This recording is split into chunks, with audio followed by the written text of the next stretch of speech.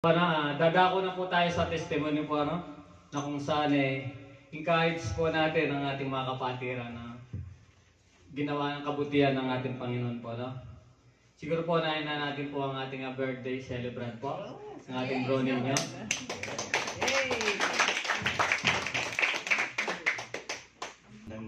Umaga po.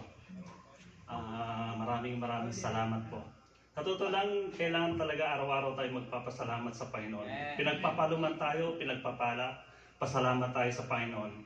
Dahil paggising pa lang natin ng umaga, panibagong buhay, panibagong hininga, malaking blessing po yun. Pasalamat sa Panginoon. Yun nga, salamat nga po kasi na nakaraan 21 ako, ngayon 22 na. Salamat sa Panginoon dahil panibagong buhay na naman.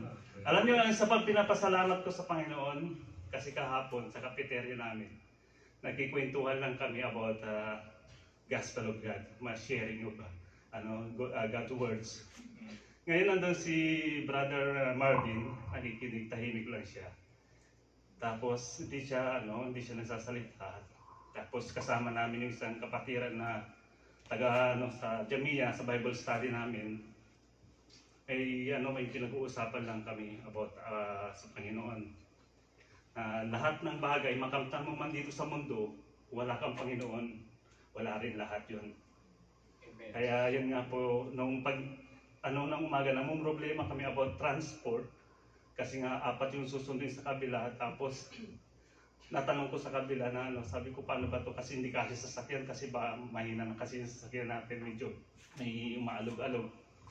Sabi ko, tinawagan ko yung si Shanalyn na kung sino yung susundo.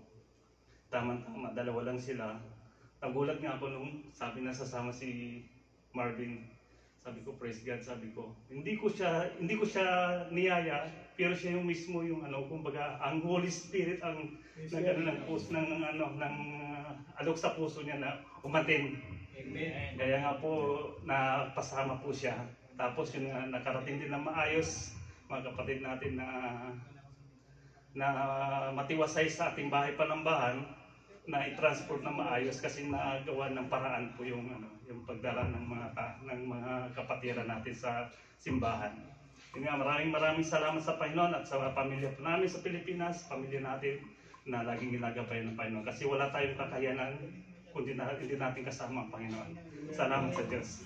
Amen.